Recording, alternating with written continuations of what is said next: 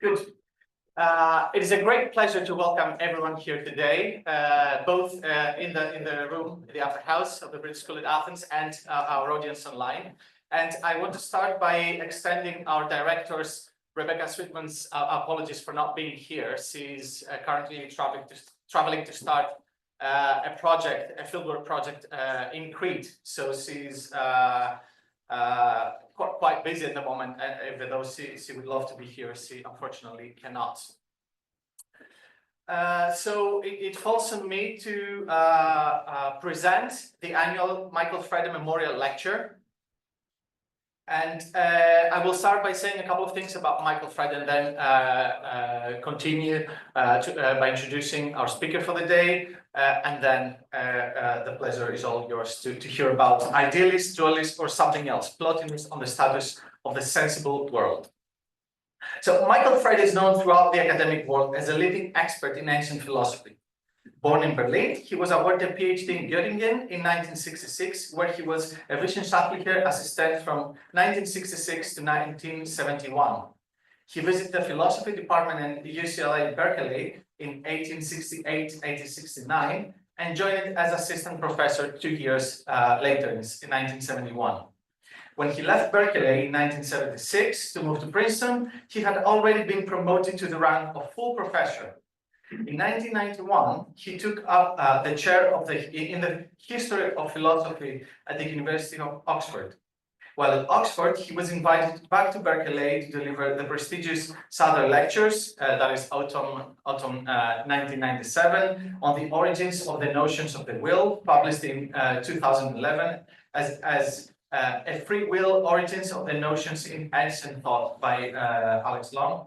Upon his retirement in 2005, Frede taught in the Department of History and Philosophy of Sciences at the University of Athens, but sadly he passed away in 2007.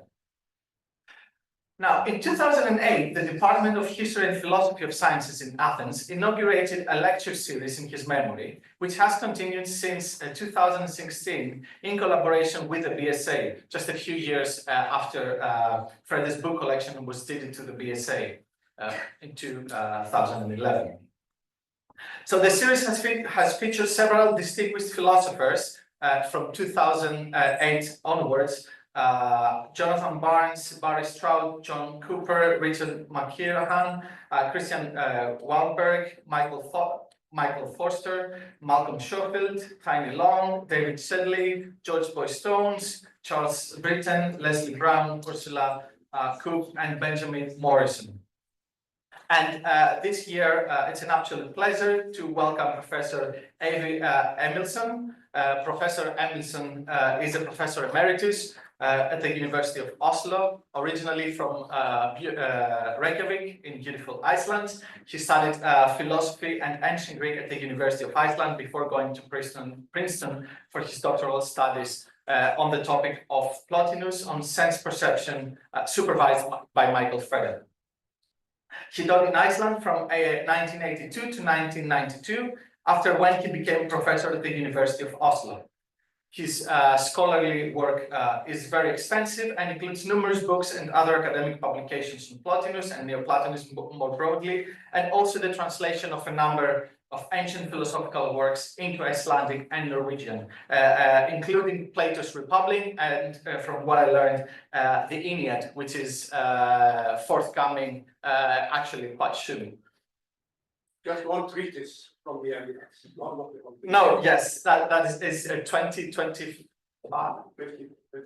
54, sorry.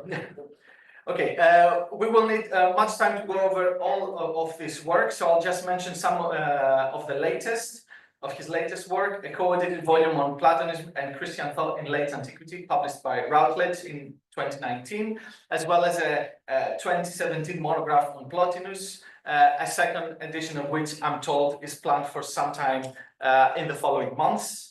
And I urge you to look more into Professor Emilsson's work. And as I said, today we will have the pleasure to hear about his topic, idealist, dualist, or something else, Plotinus on the status of the sensible world.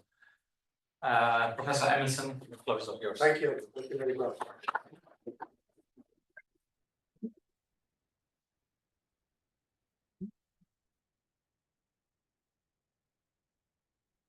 Yes, I would like to start by saying that I am very grateful and feel honored to have been invited by the British School of Athens to give the Michael Frede Memorial Lecture this year. I would say that I knew Michael quite well. As we've heard, he was my teacher and actually my supervisor for my doctoral work at Princeton, and gradually we became good friends. Never know when I'm giving a lecture whether to have glasses or not, but I try glasses. I still miss him very much, both as a friend and as a conversation partner. Even now, many years, several years at least after he departed, I discussed philosophy with him in my own mind, hoping, of course, to get his assent to my ideas and wondering how he would object to them. This includes the present paper, but I'm, however, not confident that you would agree with everything in it. Hard to say. Sorry to interrupt, Professor. Yes. Is it possible to speak into the microphone? Don't die. Thank you. I will try to sit closer to it. Sorry.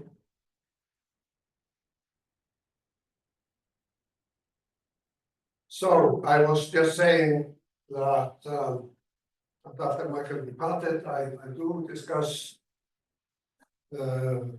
philosophy with him in my own mind, and that this includes the present paper.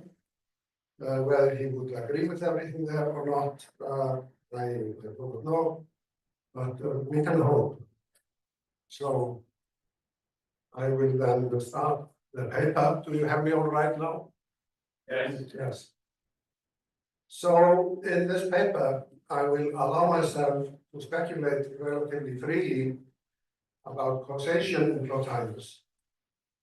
More precisely, I'm going to consider the manner in which intelligible causes that must be characterized as mental or psychological, cause the sensible sphere, that is the sphere of bodies, which apparently is a level of reality of a quite different sort. I have hesitantly included a reference to idealism in my title, and shall maintain that Plotinus' position can be meaningfully described as a form of idealism. I say hesitantly because I know that by mentioning idealism, I'm entering a lion's den. Philosophers tend to have very strong views on what counts as idealism and what not.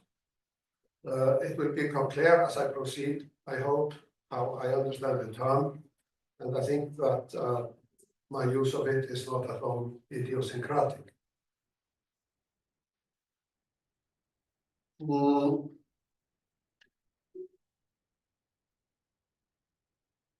So let me tell you from where I come to this topic. I have myself made some remarks about the issue of Plotinus and idealism in my published writings.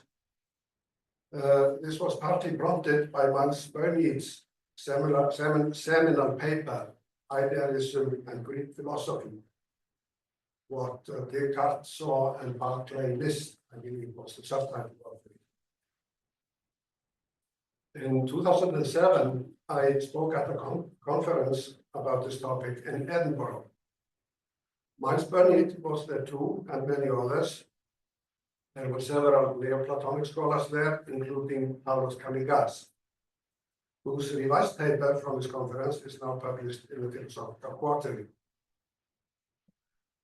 He made the point, Kaligas, that since everything in Plotinus' world, including matter and the whole sensible realm, has mental or psychological causes, Plotinus must count as an idealist. This is, of course, a simplified version of Kaligas' account, but it will have to do for our purposes here.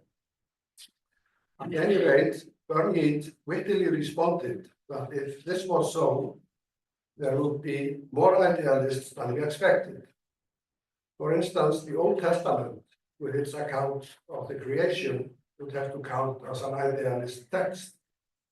God is presumably a mind of some sort, and he is, according to this text, the sole cause of the sensible world. I think it is fair to say that this debate, more than anything else, gave birth to my thoughts about the relation between the intelligible and the sensible that I will present to you here. On the one hand, I intuitively sympathized with Kalligas's view. I could see, however, not merely the wittiness of Bernard's remark, but that he actually had a point. Pace Spinoza, mental causes do not necessarily have mental effects. If not, and if idealism is the position that everything is somehow mental, and that is what Bernard claims idealism is, it is the claim that everything in the world is a mind, or minds, or mental. And he has further this claim that in antiquity, such a position was never even formulated, so had no adherence. So if idealism is the position that everything is somehow mental, and if the Enneads unambiguously assert that bodies and matter are lifeless and hence soulless, non-mental things, Plotinus is not an idealist, at least not in this sense. There definitely are non-mental things in his ontology. So the question becomes, is there some crucial difference between Plotinus's conception of intelligible causation and, say, that of the Old Testament, or the philosophically more defined theistic positions such as that of Descartes? I mean, is there any difference that would allow us to retain Kalligas's intuition in some form? Let me give you some background for the main discussion to come. I see several experts on Plotinus, I think, in the audience, but I don't think everyone is. So this is sort of a general background about Plotinus. And I have made some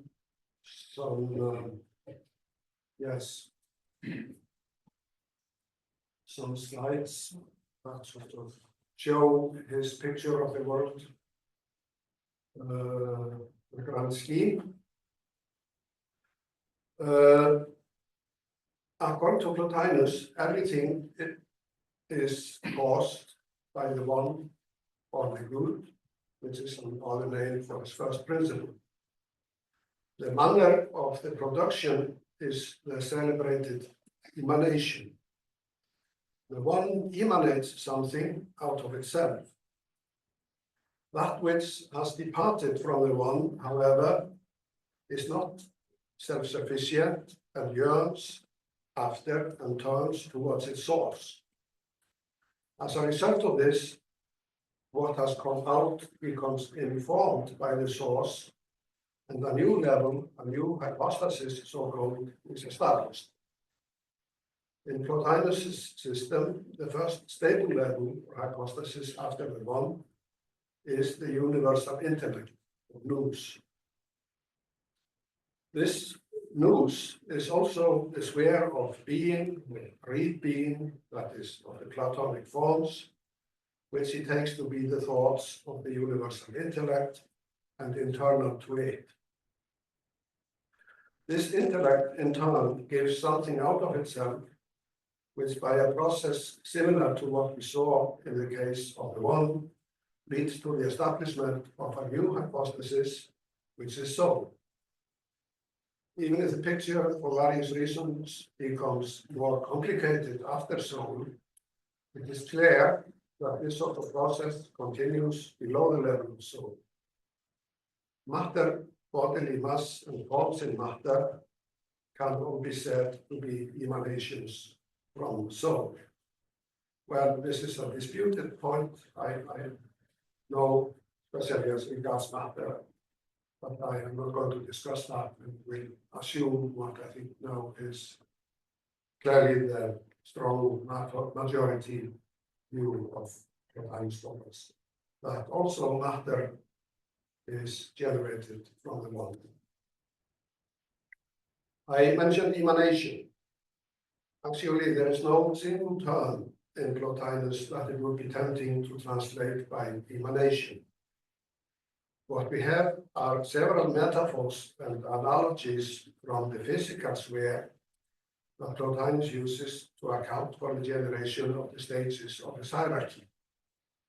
Thus, we have fire with its internal native heat and the emanated heat in the surroundings. Similarly, with snow and cold and sources of light and their emitted light. He also speaks of a well overflowing its boundaries. Of course, it doesn't mean that, say, the worm is literally like a physical thing, such as a well or a fire. He only means to say that such physical processes can give us an idea of the metaphysical generation, at least of some formal aspects of it. He has, in fact, another more philosophical kind of vocabulary to talk about this, namely that of internal and external activity, that is, energy, which he commonly uses together with the physical metaphors. As there is, for instance, in fire, an internal activity that constitutes its nature, and also a weaker external activity of the fire on its surroundings, so the metaphysical principles are characterized by their own internal activity accompanied by an external. One could say that this process of internal activity followed by an external activity and the turning of the external towards its source gives the basic structure and dynamics of Plotinus's system. He puts this to a variety of uses, for instance, in human psychology, where external actions, the things we do with our bodies, are described as external activities of the internal acts of the soul. A crucial feature of Plotinus's scheme of things is that the process from the one downwards, so to say, is a process of increased multiplicity or plurality. Sometimes he expresses this in a formulaic way, saying that one is just one, intellect is one dash many, and the soul is one and many. Relating this to the double act account, the external act, being an image, is always more diffuse, more multiple than its source. The final stage of the downward process, matter, is apparently so diffuse that nothing more diffuse could be produced.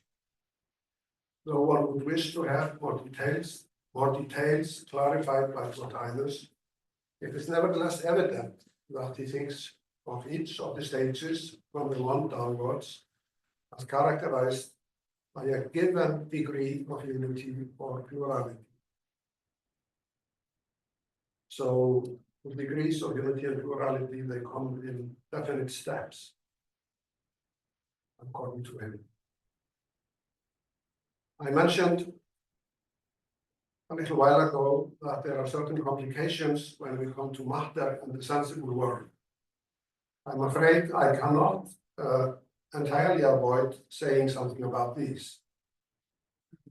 First of all, according to the logic of the system of the two activities, as I have described it so far, we first have an internal activity then as it were an emanation, and then a conversion and epistrophe, and filling or informing from the source. As regards, I should perhaps also have a little bit of that. Here is that part of the picture, so to say. As regards the first intelligible hypothesis, the one intellect and soul, the generative activities are not temporal processes. Even Plotinus describes what takes place in terms that normally suggests temporal sequence. His language is very much the language of events and processes. But he also tells us that this is not to be taken literally. The emanation phase and the conversion are to be seen as logically distinct phases rather than as temporally distinct. In any case, the previous story of emanation and conversion breaks down at the sensible level. As I noted, Plotinus says about matter itself and about bodies, and actually also about forms in matter, such as colors, that they are lifeless, that is not of the order of soul, and hence not of the order of the intelligible. It goes together with this view that neither matter nor mere bodily masses or qualities in matter, such as colors, convert to their origins, which are something of the order of soul. So it seems to be a privilege, so to say, of mental or psychic items to convert to the sources. So things in a sensible world are second activities or emanations of soul, but the conversion part of the original account is missing from them. That coincides with a being mind without mind and life. And this is a point I shall return to towards the end of my paper. At the sensible level, matter and even bodies and forms in matter function as material substrates in a way different from the way emanation from the one is a kind of material substrate for information by the one. For, as already noted, none of these lower things will convert towards soul, which is their immediate cause. They do, however, form a material basis for new information from soul. To be more precise, matter itself, the formless end product of the intelligible, becomes a kind of receptacle for lengths and volumes that constitute pure bodies. These in turn function as a kind of substrate for forms in matter, such as colors. And eventually, bodies may become recipients of light. In no case is there a real union of the substrate and what receives it. Matter does not really possess the forms that enter into it, and life is always an imposed and separable feature of bodies. So, I think that now the stage has been sufficiently set, so we can raise the initial question again. How does the Plotinian picture come out in comparison with, say, Cartesian dualism or Spinozistic parallelism, if that is indeed what Spinoza maintained? I have no firm views on that. Or the Leibnizian sort of idealism or panpsychism. Well, I actually don't have the time or the resources, or I have the learning to do such comparisons in detail. Certainly not here. I shall, however, keep such comparative questions in the back of my mind and simply ask and simply ask, how do the mental and the physical relate according to Plotinus? Are they somehow two fundamentally different natures or not so? Before proceeding any further, I would like to rule out one possible answer to this question rather quickly. Someone might suppose, and this has in fact been proposed, that Plotinus was a kind of Berkeleian idealist, holding that the things we perceive through the senses exist only in our minds. This is not right, however. I won't argue for this here. I did so in a dissertation and later book I wrote a long time ago. I have not changed my mind significantly about that. The things we see around us and their qualities and other features exist independently of human perception or otherwise awareness of them. The sensible world is objective and real in that sense. Thus, as we have seen, it is on the one hand evident that the sensible sphere is immediately caused by something of the order of soul. On the other hand, it is also clear that the sensible sphere, matter, bodies, and qualities in matter are not of this order. There is an ontological distinction, which Plotinus claims to be of crucial importance between these two spheres. So the question is, what consequences this has for where we want to place Plotinus? Does this make him a dualist with respect to soul, mind on the one hand, body, extension on the other? Or is it perhaps the case that such a categorization into mind, body, more or less in the modern sense, would be too coarse and ultimately highly misleading in his case? One might argue for that on the following grounds. Plotinus' concept of soul is much wider and in many ways different from ours. Moreover, Plotinus has other important distinctions between different spheres of reality that do not at all correspond to our mind-body distinction. There is a distinction between matter and bodies, for instance, which has totally fallen out in later ontologies.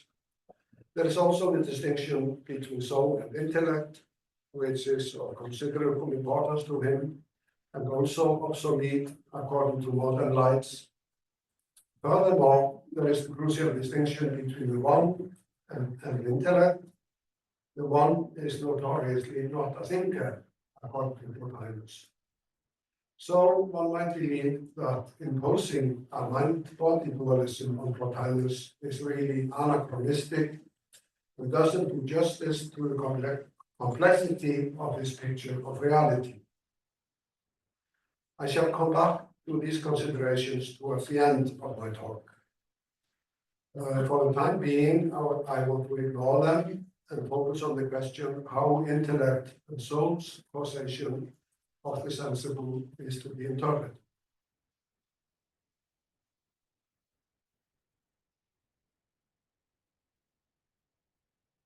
Thinking about this, it has for a long time struck me that Plotinus' position is quite different from that of Descartes or that of Spinoza. It is not the case for him that the sensible realm on the one hand and intellect and soul on the other operate as independent spheres that, however, may occasionally interact with human beings. Nor does parallelism hold between these spheres in such a way that anything that happens in mind has a parallel event in matter, which is matter which is independent of this mind, but as a parallel cause. At some point, it occurred to me that there might be a certain resemblance between Plotinus' position and the supervenience or grounding theories about the mental that my colleagues in contemporary philosophy were endlessly discussing. That is to say, Plotinus would of course not think that soul or mind supervenes on the sensible, but the inverse. The sensible sphere supervenes on the soul and the intelligible. By supervening or grounding, they mean that the mental is something different from the physical, but it is grounded in it.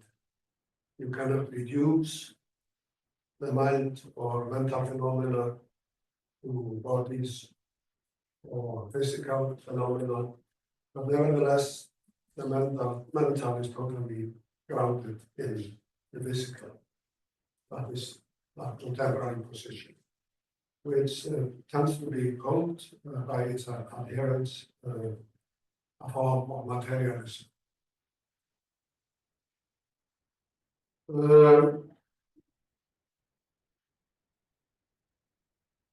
Yes, one could even claim that the sensible, even if its properties are not reducible to the mind or its properties, is nevertheless such that there's a total dependence of the sensible on the mental.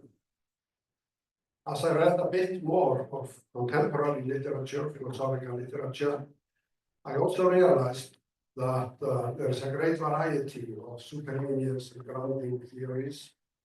It seemed to me that these undefined distinctions between them, between the different varieties, are cast in terms that are quite alien to Plotinus' thought, and that it would be idle and potentially lead one astray to relate its views to a particular contemporary position. Despite that, I found that the modern and contemporary discussions about supervenience and grounding gave me helpful ideas for framing the questions that arise with respect to Plotinus' views. So let me propose the following thesis. Matter, bodies and forms in matter, that is the sensible sphere, contain new properties in relation to their causes.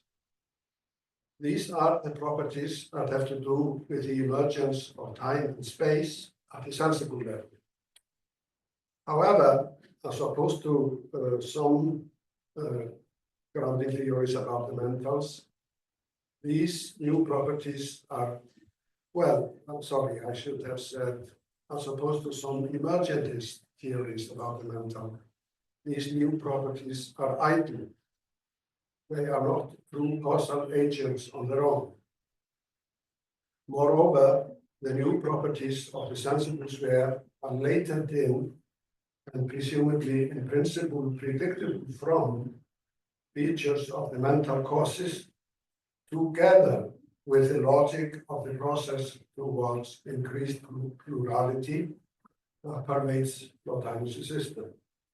I shall try to explain this a bit more.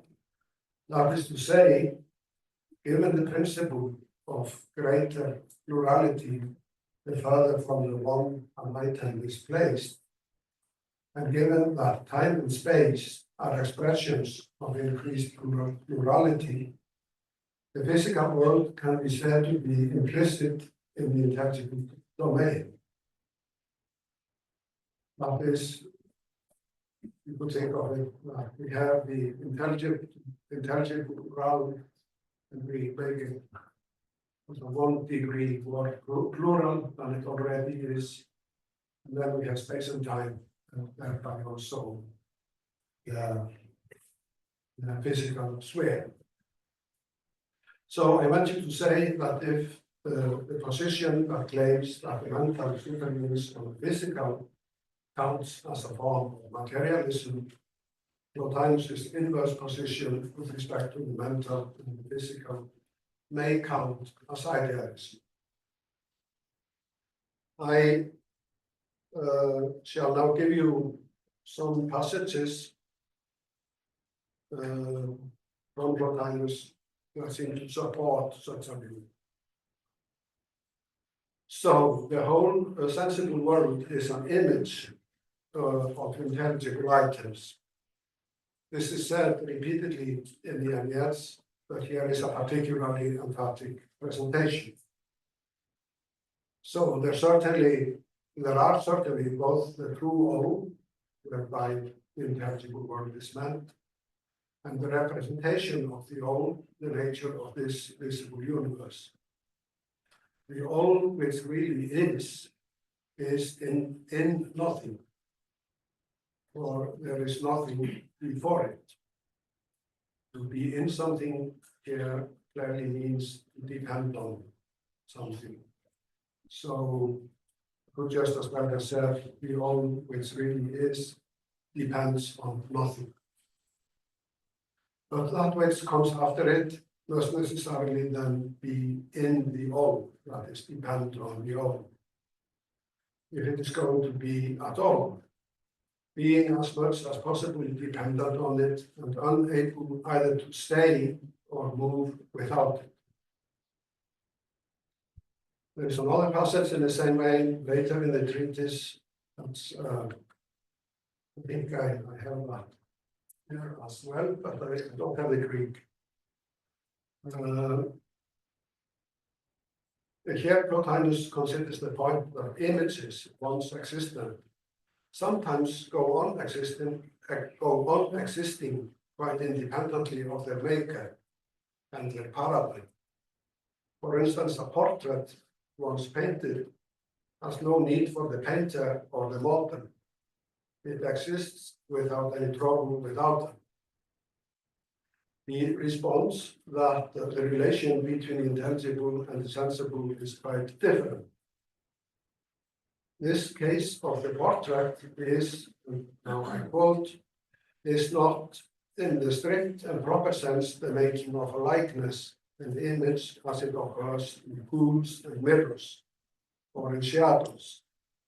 Here the image has its existence in the strict and proper sense from the prior original and comes to be from it, and it is not possible for what has come to be cut off from it. The implication is, obviously, that there is constant dependence of the sensible on the intelligible. Not only are there the paradigms of all natural things there in the universal intellect, as many passages confirm, there are even paradigms of the specifically sensible things and of matter there. Even if the matter does not as such count as a sensible item, it nevertheless contributes to the nature of the sensible ground. There are the paradigms of bodies in intellect, for instance. This is explicit in chapter 21 of Ennead 6.2, which is the most comprehensive statement about the structure and membership of the things in intellect, membership of in intellect. That is, of what sort of things there are Platonic ideas. There are qualities such as colors in intellect as well, as is clearly stated in the treatise 2.4 on matter and 3.6 on the impossibility of things without body. In the latter treatise, he says, for instance, by the very fact of appearing, the color which has come from what is not color, and the quality here in the sensible realm, which comes from what is not quality, have a name which is the same as and derives from their intelligible principles. So also magnitude comes from that which is not magnitude. The immediate intelligible agents producing both qualities and magnitudes are the formative principles of soul. Formative principles, that's logoi or logi, as I believe people say here, which is a concept that Plotinus uses a lot and has a certain Stoic flavor, but ontologically speaking, these logoi, they belong to the realm of soul. We could continue this list of specifically sensitive phenomena, which are said to have intelligible counterparts. For instance, there is no sense perception in the intelligible realm, There are no sense objects there, and sense perception anyway requires a physical sense organ and physical objects. Still, according to the treatise 6.7, how the multitude of forms came into being and on the good, chapter 7, there is something corresponding to sense perception there in the intelligible part. That is to say, sense perception is an imitation, a very imperfect imitation indeed, of the intuitive thought of intellect. Further, according to the same treatise, irrational animals, plants, and the four elements have their counterparts in intellect, where they are living thoughts. I quote Plotinus on that. In the full and longer version of this paper, I discussed the question whether considerations not only of the intelligible counterparts of sensible things and phenomena, but of particular events and outcomes of a combination of events might give some autonomy to the sensible sphere with respect to the intelligible sphere. I come to a negative conclusion mainly on the basis of the primary text on this issue, which is the treatise on providence, Enneads 3, 2, and 3. Further, I have a discussion of the role of matter as badness and as cause of evil for souls, while admitting that this is a difficult issue of which Plotinus may not give an entirely satisfactory account. I don't think that it ultimately constitutes a counterexample to the general thesis of this paper. So the conclusion is that the sensible realm and its cause have intelligible causes. This is no great news, perhaps. In fact, this is a well-known aspect of Plotinus and ancient Platonism quite generally. We have further established that the sensible sphere of the items in it have no independent action. It is true that with the temporal and spatial dispersion that reigns in the sensible realm, new phenomena to be seen. They are, however, entirely dependent on intelligible causes and the principle of increased dispersion. I do not think every ancient Platonist would have agreed to this. For instance, not Plutarch and others who hold that there is a material principle endowed with chaotic movement that pre-exists and is independent of all intelligible formal causes. Considering the Timaeus, not even Plato himself would have agreed. However this may be, it should be noted that intelligible causation in this way does not necessarily give us mental causation. Here, the objection of anachronism I mentioned earlier, and in fact other objections becomes relevant. Let us consider these objections. Somebody might object to the account I've given as follows. You use the post-Cartesian term mental to cover the activities of soul and intellect indiscriminately, and describe the activity of both as thought. This is totally wrong, because in Plotinus's or anybody else's ancient Greek language, there is no such term as mental, and the word thought is a bad cover for what Plotinus were at least for Plotinus were at least three distinct activities. The activity of intellect, a special kind of immediate intuitive grasp of the nature of things, the discursive cognitive activities of soul, and soul's world-making or otherwise productive activities. To subsume all under the term mental or thought is wrong and anachronistic. I shall not enter into a general discussion of the question whether our post-Cartesian notion of the mental or of thought in Descartes' sense of cogitatio can be applied to the ancient Greeks. A few remarks will have to suffice. Some commentators on the history of mind have emphasized that for Plato and Aristotle, there is a categorical divide between the cognitive activities of soul and those of intellect, between sense perception and intellectual grasp. It is also pointed out that for many of the ancients, the soul has functions, for instance, nutritive and reproductive, that are quite alien to our notions of mind and the mental. This is, of course, all quite correct. It doesn't follow, however, that Plato and Aristotle didn't see a unity in different forms of cognition. It would take us too far afield to enter into a detailed discussion of this, but it seems to me that despite the emphasis in differences, they both saw a continuum going from sense perception through opinion and discussing reason to intellection. And it is worth pointing out that in Plato and Aristotle, words like gnosis can be equally applied to perceptual and intellectual cognition. For the Epicureans and the Stoics, there is no deep divide between sense and intellect.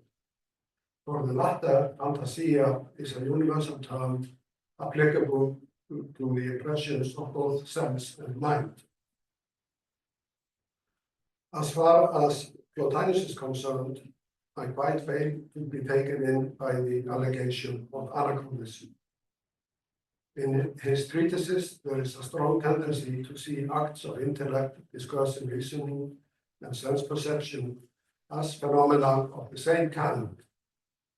For instance, as I think I already noted, he describes acts of sense perception as unclear intellections. And even in some contexts, even if in some contexts the distinction between intellection, that is noesis, and discursive reason, dianoia, is of great importance to him, Plotinus nevertheless always sees the two as varieties of the same phenomenon, the latter being an imperfect form of the former.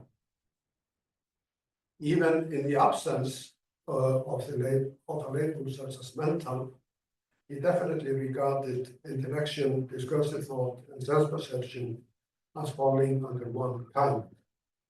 That kind may not be identical with our mental, a notion which itself is without very clearly and consistently applied boundaries. But yeah.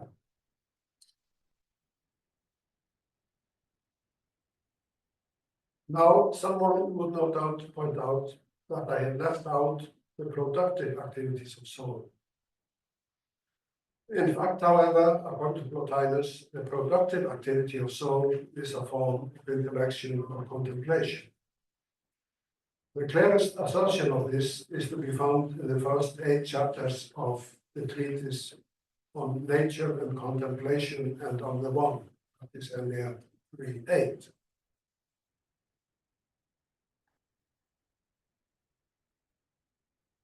So how can he maintain this? The answer is indeed original and strange, and I do not claim to fully understand it, but let us see what he says. In a highly unusual passage in 3:8:4, Plotinus gives the word to nature. So it's nature, which is lowest phase of soul, which is speaking. Yeah, here we have it.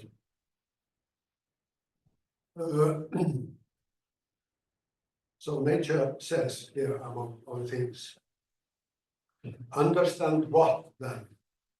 That what comes into being is what I, nature, see in my silence, an object of contemplation which comes to be naturally, and that I, originating from this sort of contemplation, have a contemplative nature.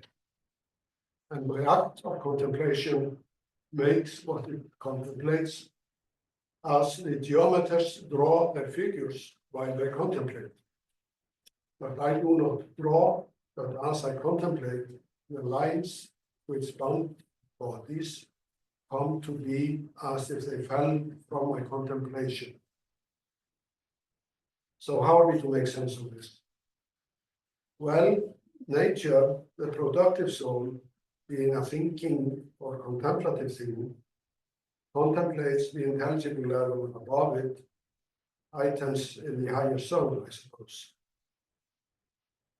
When the higher soul contemplates intellect, it does not grasp intellect as it is in itself, in its own thought, that is, in intellect's own thought. Instead, soul has as its proper thought an inferior manifestation of what it sought to grasp in intellect. Nature, being the external act of the higher soul, behaves in a way similarly. It, being a thinker, seeks to grasp its source that ends up contemplating itself. This contemplation, however, is weak and blurred. The making of the sensible realm is the external act of this contemplation.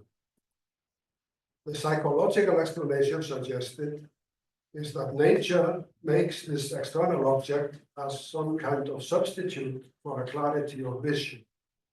Like geometers, they draw figures in order to see more clearly what they are thinking about geometry. Anyway, there is no doubt that in Plotinus' view, the creative activity of soul consists in contemplation, which indeed is a mental activity. Admittedly, this psychological explanation leaves much unexplained. It does, however, point to the reason why something of the mental kind is crucial in the constitution of the sensible world of Plotinus. The reason is that for him, imitation, also on the cosmic scale, is necessarily a mental activity, a kind of thinking. That is imitation, which is the same thing as I also here called conversion, is turning around towards the source. Thus, according to Plotinus, is the Platonic thesis that the sensible world is an imitation of an intelligible model is to hold there must be a mental mediator, something that mentally inspects the model, absorbs it as best it can, and conveys what it sees further. So I'm approaching the end of this, but there is one more point to be made. Assuming that all the major points made so far hold, it does not yet follow that Plotinus is an idealist. If a necessary condition of idealism that at least what counts as most real or ultimate reality is a mind or thought, we may doubt that Plotinus is an idealist on the ground that his first principle, the one, is not a thinker. Well, even if Plotinus painstakingly insists that the one is not a thinker in many places, he suggests in an early treatise that it is far from being senseless, unaesthetic, he says. That it is in fact able to discern itself completely. And in the same sentence, he says that it is, I quote, thinking of itself is itself in a kind of everlasting resting consciousness. So katanoesis, how to oil a sin as stase himself, and stase a idiot. Was that Plotinus? No, okay. So in a much later treatise, and here 6.8. He describes the one as a kind of hypernoesis, super thought, and a kind of will. I don't think such remarks as from these two treatises, I don't think that they constitute a genuine inconsistency in his thought about the matter. Plotinus indeed regularly denies that the one thinks or desires. This is because he believes, and rightly so, that thought, even the sort of intuitive thought he wishes to attribute to intellect, and desire, that these imply some sort of plurality or lack. However, such remarks as we have just seen, where he, in a qualified way, does attribute some kind of mental life to the one, they indicate that he takes the one to be something of the mental kind, though so different from anything of that kind familiar to us, that none of the terms for mental states or activities that we possess can adequately be applied to it. I take it that the reason is that no ordinary mental concept is compatible with the one's utter unity and perfection. All our concepts of the mental imply some kind of plurality or lack. This is obvious about desire, will, and anything of the desiderative kind. It also holds true of thought, because thought involves at least a formal distinction between subject and object, and moreover, the object of thought itself must contain internal differences. For these reasons, our mental vocabulary is ill-suited for it. It is, however, not the case that the one is something to which the mental is totally alien. It is no accident that the first descendant of the one is intellect, a thinker. That is what the one, because it is already that is what the one, because it is already kind of mental, degenerates into if the slightest plurality is introduced. So introduce just some plurality, as little as you possibly can, to the one, and we will have something like the Plotinian intellect. So provided that non-reductive materialism is truly materialism, I conclude that there is no good reason for denying the label idealist to Plotinus. Thank you very much.